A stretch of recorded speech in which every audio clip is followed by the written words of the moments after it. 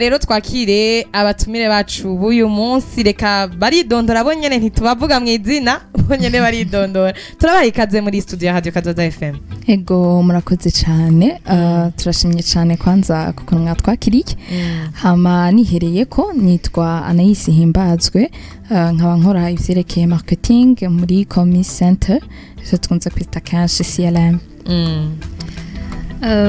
Mwakoze cyane kutwakira. Hama nandi nitwa Delicia Izere, nkaba nkorana na Anais muri Community Center mu gisata ca marketing. Nibaza ko bativuze neza nkuko bitegekanijwe. Okay. Hari twateye uteka ryo kwakira umwe muri bo no mu minsi yatwaye higanwa rya Miss Career mu gihugu c'u Rwanda. Ivyo turagenda ni Anais asanzwe yaje ujejwe communication na marketing mu ishirahamwe cyane yavanga ikigo byose ngiye biguma ari uko nyene. CLM shengero ni Community Center. Anais mugerageze mudufashe mutwagurire Community Center mukora iki, mukorera he, bimeze bite? Okay, ngerageje gucagagura mu majambo make. Ahanini Community Center ifasha amashirahamwe kuvyerekeye marketing, gestion du personnel, donc kurabivya abakozi n'ama call center yabo bisata bijejwe kwakira abakiriya ku bibazo vyabo canke ku donc ama plainte canke ivyo no kwita nimba hari umuntu yagize akabazo asha ivyo ashaka kumenya. None muvuze ko mukorana n'amashirahamwe mu kubakora ibintu vya marketing, muca mukorana gute? Marketing ya mugikora gute? Muri abakobwa murapoza bagafotora, mubigenza gute? Ego muri marketing haba harimwo ibintu bitandukanye, novuga hanini ku visibility yabo, aussi nkongera nkavuga no kuvyerekeye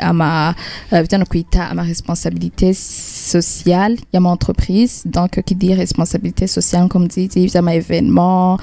guterera ama communauté mu buryo butandukanye. Donc tout ça rero ahanini Community Center ifasha amashirahamwe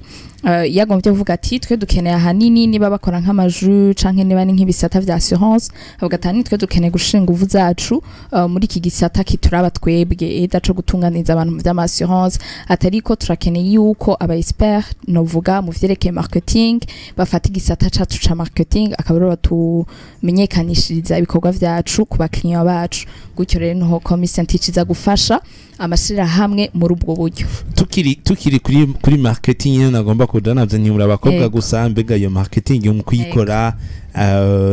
habarimwo gupoza ku ma billboard n'ahandi atandukanye, habarimwo kugenda kudodora nyene tete tete, habarimwo nyene n'ibindi bitandukanye. Ivyo byose mubikora gute? Byose birimwo canke haraho muvuga ati dukora kugeza ngaho ibi ntibirimwe bibirimwe? Okay, ivyo bica bivana no kuri demande y'umu client, et surtout byose turabikora hama twe twenyene equipe nini cyane. Du coup iyo tuvuze marketing haba harimwo bien sûr yi marketing digital, hama haba harimwo guposta ku ma réseaux sociaux yabo. Kidi gupostinga kuri ku ma réseaux sociaux haba harimwo ivyo nyene vy'ivyo bari kuravuga by'abakobwa mugasa abakobwa gusa, ariko haba harimwo ivyo vyose. Donc muri ubwo buryo bwo gukora novuga utu design canke gukrea ama message nko musanzwe mubikora kugira ngo dushobore guhanisha ama produit ndetse n'ibikorwa n'ishirahamwe twatiko turakorana. Ico ni kimwe aho ni kuri marketing gusa. Hama ikindi gisata cyo ku gestion y'abakozi baba bakoramo ahindani mubigenza gute kandi muba muri nyuma? Ego nyene kuri nkuko bigenda iyo bagomvye guhamagara novuga aba expert mu vyerekeye domaine kanaka, turakorana n'abandi bajejwe novuga hanini muri management, abantu bari baba expert muri management. Rero ama entreprise yani gashobora kuvuga ati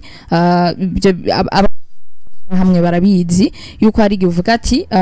nkeneye ahanini yuko abakozi banje baba géré par une entreprise iri externe kugira ngo nshobore gushira energie zanje zose ku kintu kimwe simbe partage kandi hari undi muntu hanze ashaka kubimfasha kamusanga aba productive muri into za activité yanje nyamukuru naho rero baduhamagara nkuko bahamagara muri marketing canke bakaduhamagara muri ivyo byo kujera le personnel yabo canke bakongera bakaduhamagara ku vy'ama call center kugira ngo umuntu ashobore gutahura neza kumbure n'undi ari nyuma ashobore gutahura ni ukuvuga ngo umukozi kugira ngo yinjire muri iyo entreprise canke numbaze ico gisata hamwe canke muri iyo nzu ni ukuvuga ngo umukozi aza avuye iwanyu birabana hari igihe ubu baca nubwo nzeho baca baja kuri contrat ya call me center hama bisigura ngo nk'ubu ndagwaye nk'akarorero nko muri Kazoza FM bashaka kuvuga ati okay twanini ku ma bank turaharurira donc ibijanye na activité ya bank canke ya microfinance cavuga ati rero kugira ngo turunde kugira dushow departement izoraba ku mukozi yahembwe izoraba ku mukozi assurance yarishwe izoraba yuko umukozi amakonje yiwe yabayeyo avuga ati donc ivyo rimwe na rimwe hari igihe bituma entreprise energie iba partager bavuga rero reka duhamagara abantu babizobereyemwo canke babimetriza tubahe le personnel bayigere donc bisigura ngo niyo umukozi agomvye kugenda nibo tubiraba iyo amakonje yiwe avuga ati je narenganijwe canke ikintu nuko byose nitwe tubijera comme entreprise nayo iragukirwa ma activité yabo mu kuba focus ku bintu vya productivité surtout ya ma activité yabo canke novuga yigikorwa nyezina cabo ce tubandanya ku kindi gisata gikurikira ca call center ari naco gifise izina rinini ry'inzu musanzwe mukorera vyo bimeze gute vyo novuga hanini ko bikora dans le même sens ariko seko hanini nuko bitandukanye yuko cette fois-ci ntituba tukiri mu buryo bwa bambe bwa marketing canke novuga muga haba harimwo bien sûr gestion du personnel bisigura ngo entreprise akuze surtout surtout abafise aba client benshi novuga nubwo atuba benshi rimwe na rimwe barahama centre d'appel ivyo twita ama centre d'appel rero ama centre d'appel haberamwe ibiki ahanini no kwakira aba client kugira ngo wumve iyo bafise nk'ikibazo iyo bafise bagize ahantu quelque part canke bafise ibindi bintu akeneye kubaza canke yico guterera bavuga ati ikintu twe turacidogera canke ikintu turagishima donc kugira ngo iyi relation igumeho iri permanente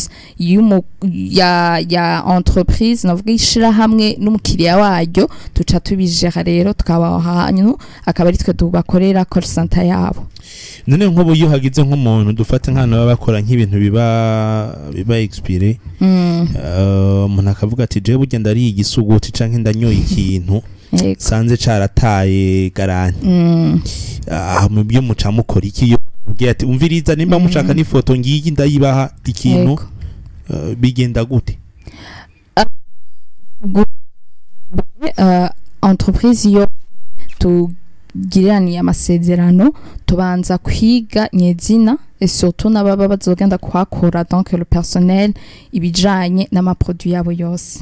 ashaka kwa amaproduit muri ubwo buryo canke ko nababwiye par exemple nka microfinance Kazoza akaba ari bijanye n'igisata cabo ca vy'amadeni canke tu vois du coup umukozi wose aba ari bien préparé surtout aba ari en contact avec les personnes en charge y'ivyerekeye ivyo bisata eda niba ari bisata vya production eda niba ari bisata vya finance je sais pas quoi iyo hagize umukiriya rero aza akavuga ati nko par exemple narasavye deni bambwiye ko nzoronka mu mezi abiri ariko bafasha amezi 6 gushika n'ubu sindaronka inyishu bisigura ngo quand même turi aba intermédiaire iyo message icigenda ama centre d'appel akenshi abayikoresha abona ukuntu bigenda baca message comme ça mu client nawe akaronka inyishu biciye ku bakozi ba centre d'appel ivyo bintu CLM ikora ni vyinshi nihaza ko muzimvye pas vraiment turi ajuste ahanini n'umukiriya et surtout comme entreprise en tout cas uko biriko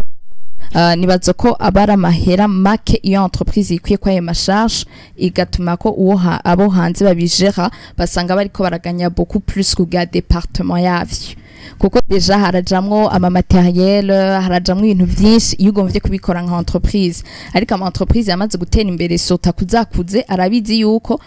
ni donc icambere lo ku iragabanuka hama ikindi naco na hariho na charge ikuvako hama bakabona kuba productive kurusha Delisha naca dufasha atwarireho mukorera yego murakoze Colmy Center ikorera muri building ya Bella Vista muri deuxième étage numéro 14 abatahazi ni en face ya Régie des eaux commerciales numero murashobora kubatora ko kugira ngo vyorohe ashobora kuvuga ati jewe aho hantu burya naho nzunguruka muri ville ombare ngo Régie des eaux commerciales si mbona neza ndaza aho ngurira ama unité ndaza aho mbariza amakonteri yagize ikibazo ibindi ntavyo nzi numero murashobora kubatora ko numéro mushobora kudutora ko ni 61 151 000 donc 151 000 donc iyo ni kuri WhatsApp no kuri appel direct okay ndumva na numero barondeye numero yihuta yorohereza abantu bose numva umenga yakabazo kamwe ntokwirengagiza naho umengo ariko kubera iki call me center hama kacajamwo marketing ahonde call center hama call me center call center call me okay nkuko twabivuze ahanini novyita yuko novuga nka slogan canke icivugo nyamukuru canke novuga ahanini siguye exactement ivya call me center ni externalisation de relation client donc ya entreprise bisigura ngo ati turaba intermediaire cyane turabantu baje hagati ya entreprise n'abakiriya babo rero kugira ngo donc bashikirwa bose bisha kuri call donc baraduhamagara somehow rero niyo relation donc twita call me center donc tu centre aho abantu baduhamagara kugira ngo dushobore kuba connecter avec et d'entreprise avec leurs clients canke aba clients avec l'entreprise dusa n'abariko bararangiza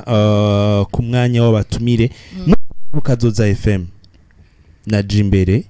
na Kadirisha Prod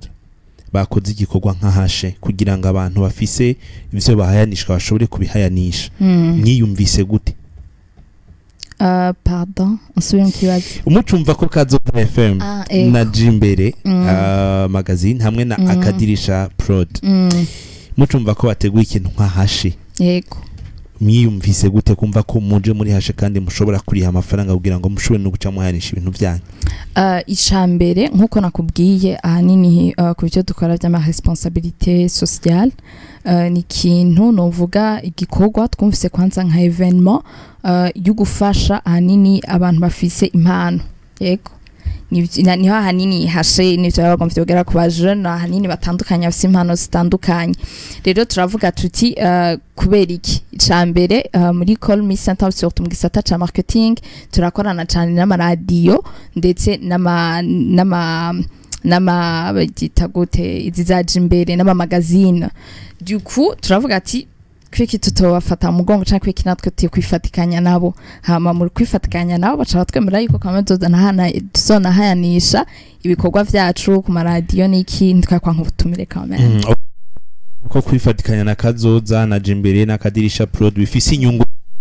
niki kintu ushobora guhanura umuntu nawe avuga ati hashikurikira ntizi ncike icambere biba byose it's for vyari biryoshe donc du coup vyari biri penser ce qu'on avuga fani kuko ahanini ko ari gutwenga ko ari gutamba ko ari kuryoherwa ariko kandi tuko turanafasha impano zitandukanye ziri mu gwaruka hama kandi notumirira ama entreprise yose atandukanye habaye dukorana tudakorana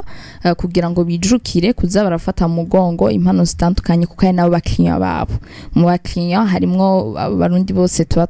donc batari muri bari